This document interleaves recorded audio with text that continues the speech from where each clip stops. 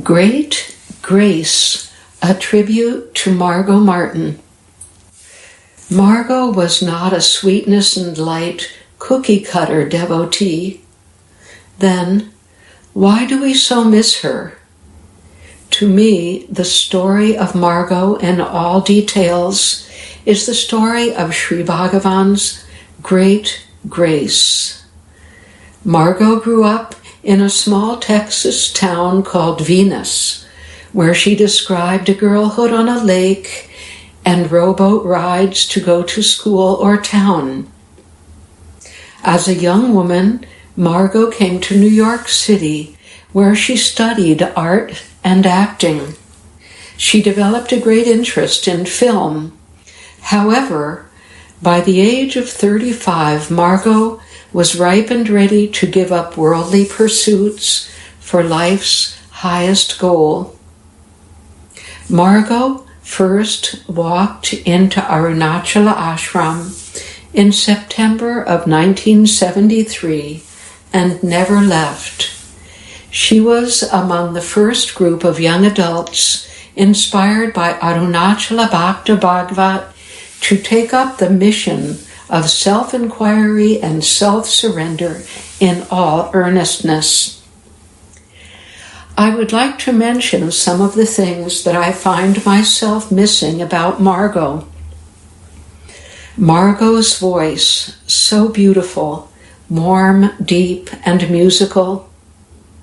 Margo's astute insight into people and their motivations.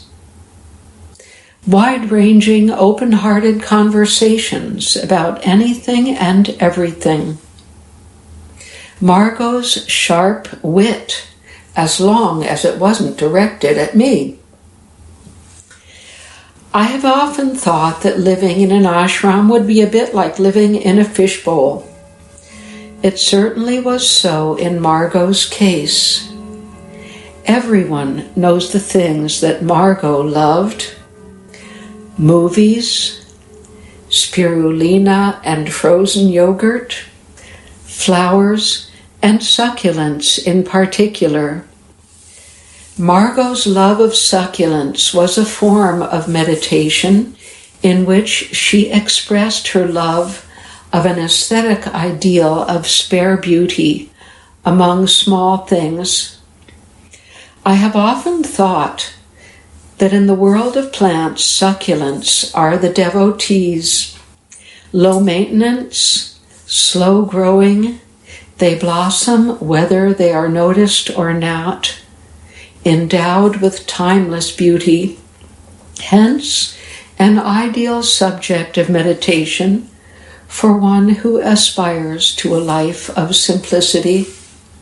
And of course, Margo loved her daughter Annie, Margo's own heart.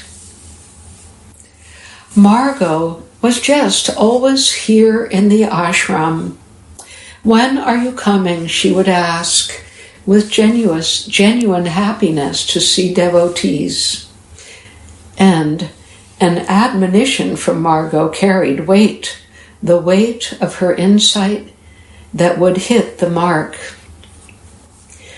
I would like to close with a fond remembrance of Margo sent by Eric Ford, who wrote, "Margo had such warmth and humor. She was such a kind and gentle friend, and of course, she struggled with some real challenges too, but she kept a steady and resilient faith and determination in the face of it. In this way, I found her to be an inspiration. I will miss her friendly presence and at the same time feel a deep happiness for her rest and repose in the self." The beauty of the story of how Sri Bhagavan took Margo Martin up in his arms, flaws and all, to lead her to life's goal, is that this is our story too, a story of Sri Bhagavan's immeasurable, compassion, power, and great grace. Om Namo Bhagavate Sri Ramanaya.